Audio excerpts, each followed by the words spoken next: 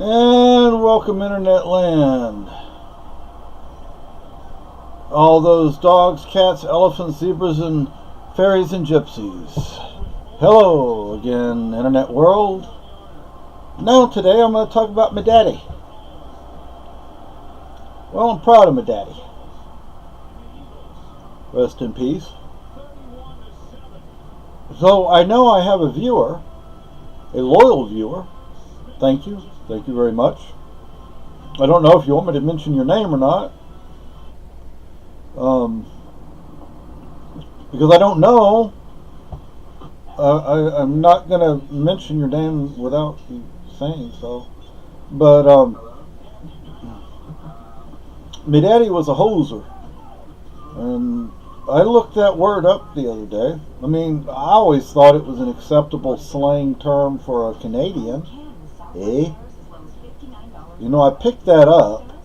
I spent 3 weeks in BC visiting my kin, and I picked up at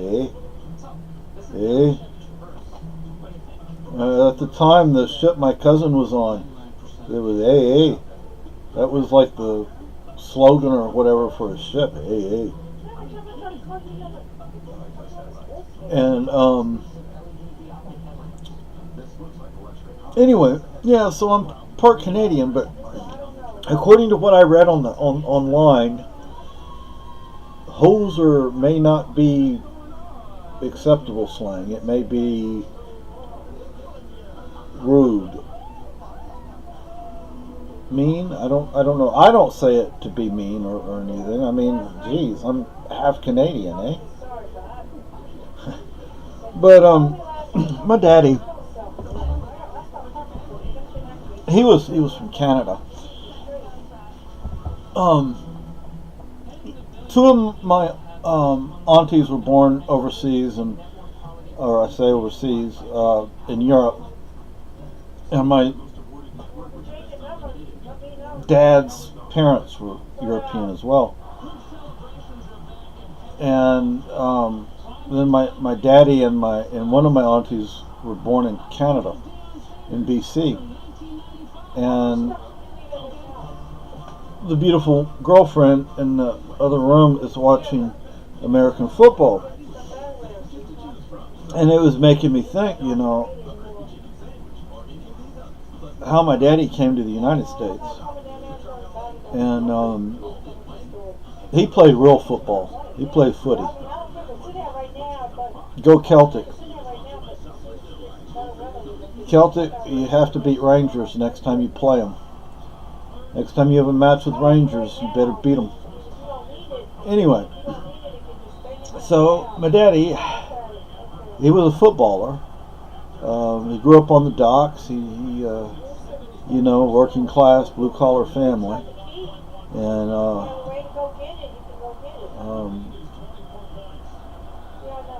anyway, during the war, my granddaddy and my daddy both, well, my granddaddy was Canadian Navy. My dad was Merchant Navy. But they both served in the Atlantic, North Atlantic. Which I'm glad that they didn't serve in the Pacific, because my dad had friends who, you know, the parents were from Japan. And when the war started,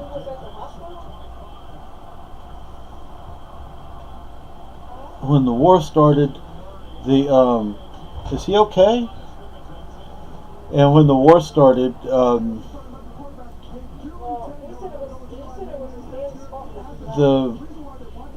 whole family, I mean, they were told, you move to the interior or you move to Japan. And for the parents, it was moved back to Japan. For the kids, they weren't Japanese, they were Canadian. I doubt they knew the first thing about Japanese culture. I mean, who knows? Maybe they did. I don't know. I mean, because I've known of people like one of my heroes, Sergeant Frank Fujita. He was 131st Field Artillery, Texas National Guard. He was captured by the Japanese in World War II. The only Japanese American. He was an American.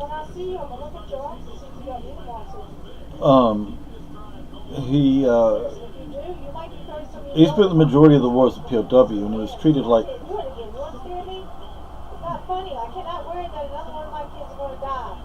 And anyway,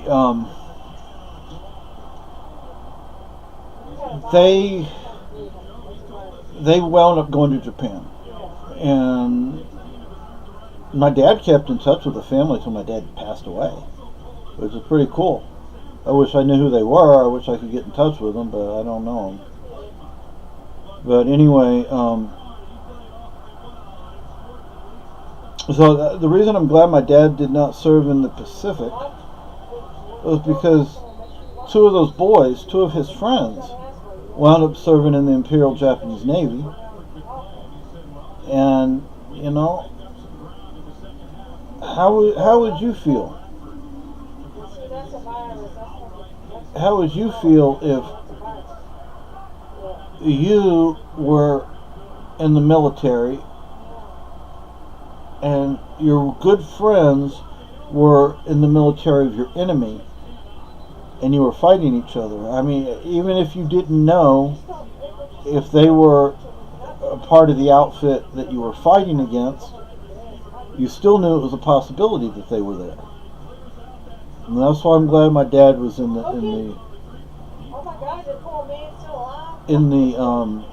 Atlantic and not the Pacific. But anyway, so the way my dad came to the United States, I'm going to say he was a footballer. And for people who watch this who don't know what I'm talking about, football is what Americans call soccer.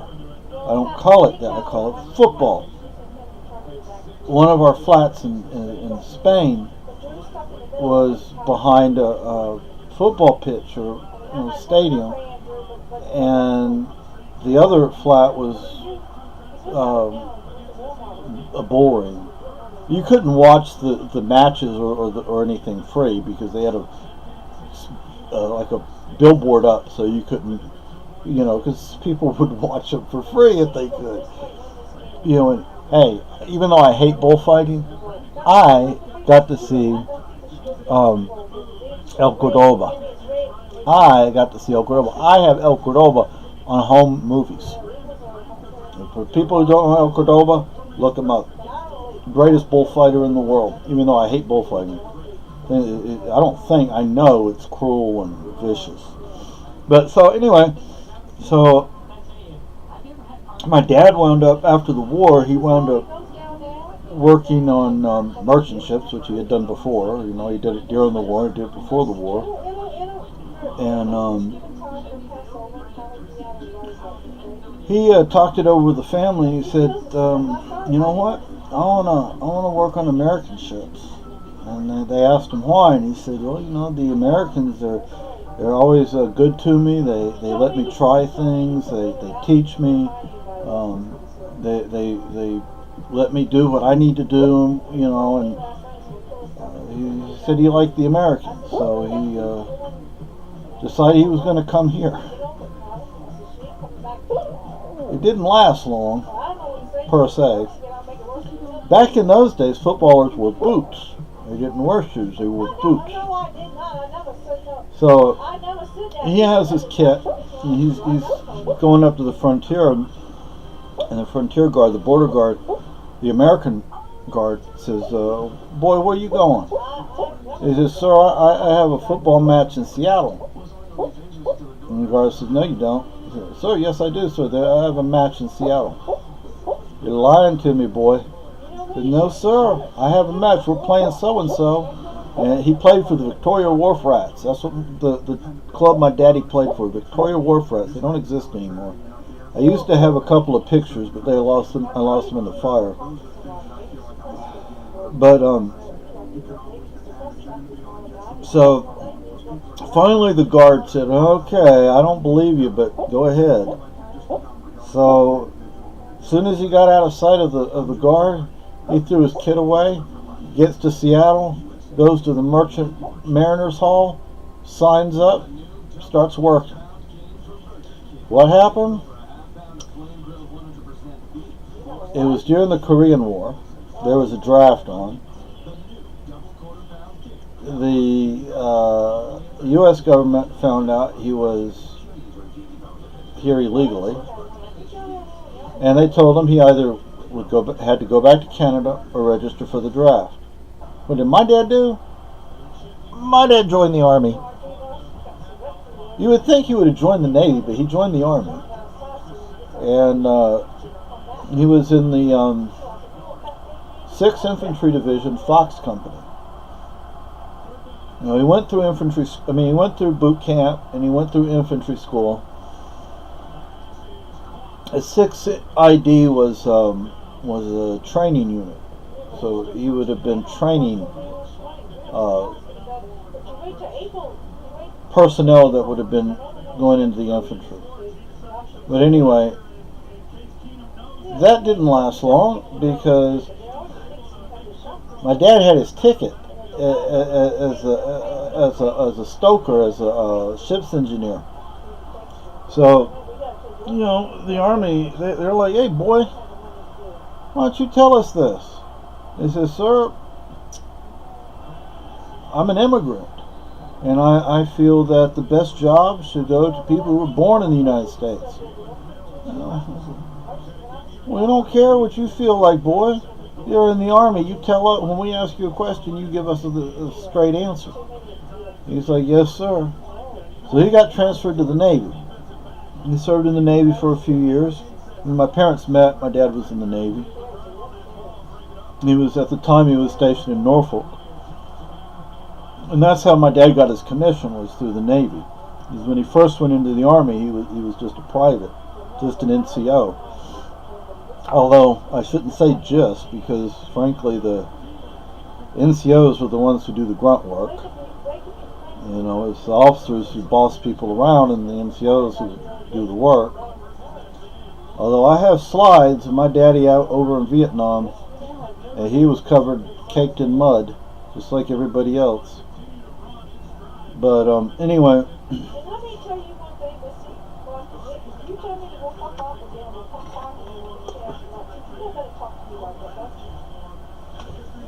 so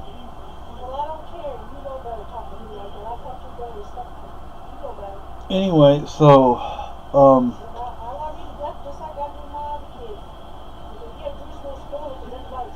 he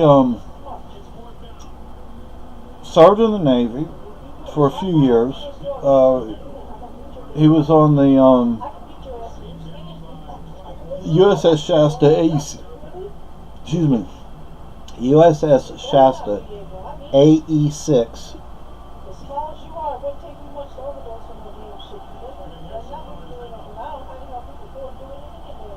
And although he served on other vessels, but that's the only one I remember.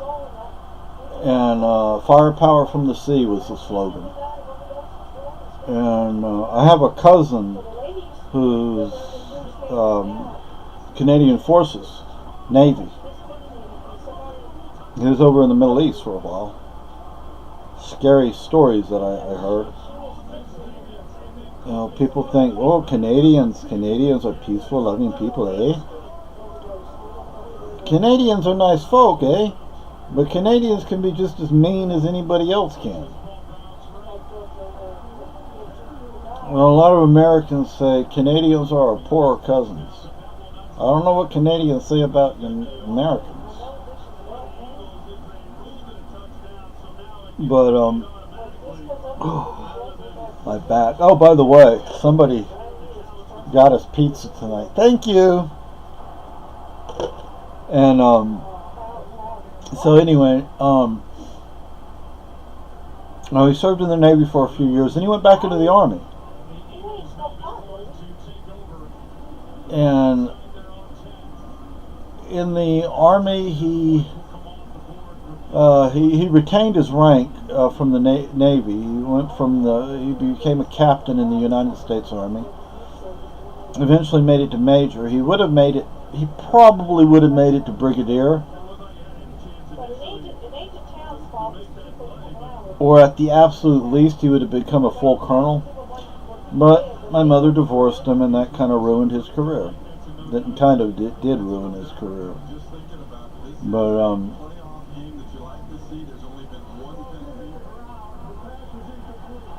anyway, so the way my dad came to the United States was because he was a footballer, and he was a Canadian, a Canuck, a hoser. And now I want to go over and to talk about BC, about my last visit there. It was in '94. My cousin Larry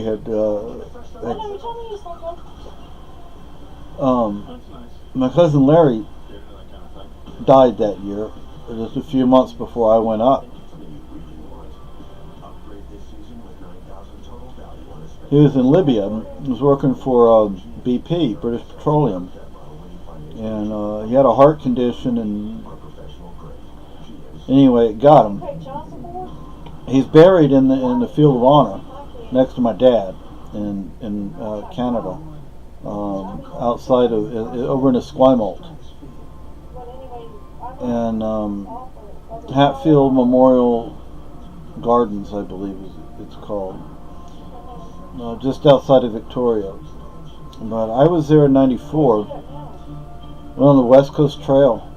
Oh, I love that. 5 days. Wonderful. Then we had family camp after that. On the trail we saw harbor seal, we saw whales, saw bald eagle. Almost got to see footprints or paw prints of a mountain lion. There was a lighthouse out there, and we kind of hung out there with the family that kept the house. And what was cool is to see my dad before my dad and granddad both were worked on the HMCS. No, not the HMCS. Or was it the HMCS? It was, oh gosh, was it the Esquimalt? It was the Esquimalt. My dad and granddad both worked on the Esquimalt. It was a lighthouse tender. They worked the inner passage of Vancouver Island. And but I got this kind of see where they would have been working, but on the other side of the island.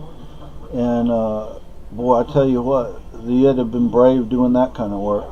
You take the ship, the lighthouse tender would be people bringing food and potable water, mail, supplies, toilet paper, laundry detergent, whatever.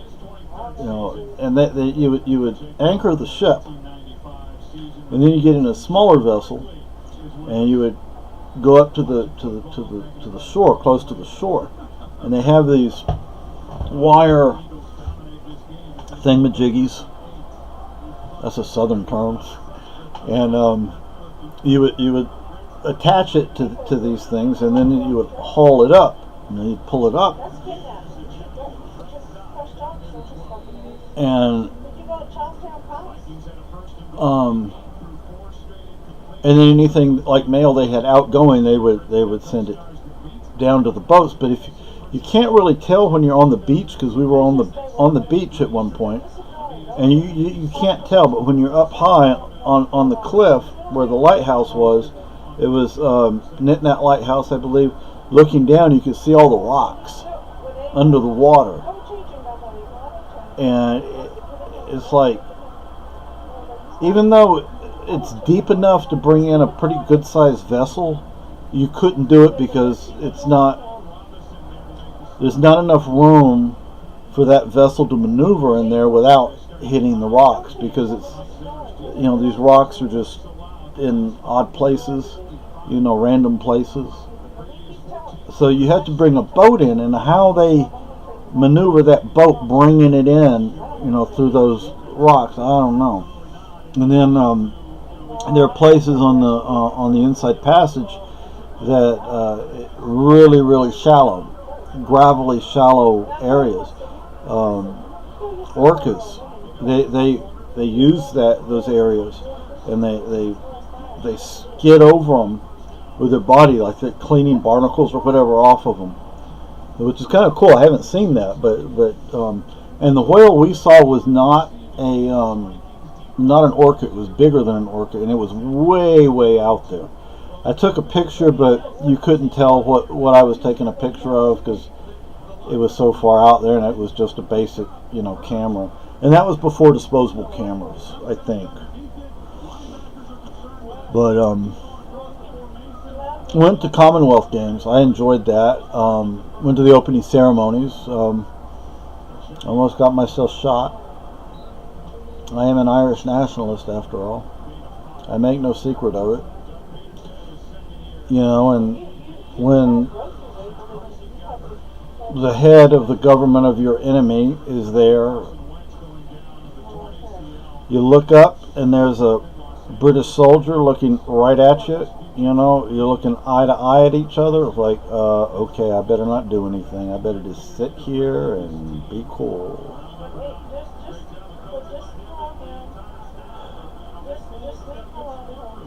So, I don't know. That's how long. This is a 21-minute video. So, and baby sis, yeah, I will make a cornbread recipe. I will make cornbread for you next month. Say make it for you. I'll make a video of it.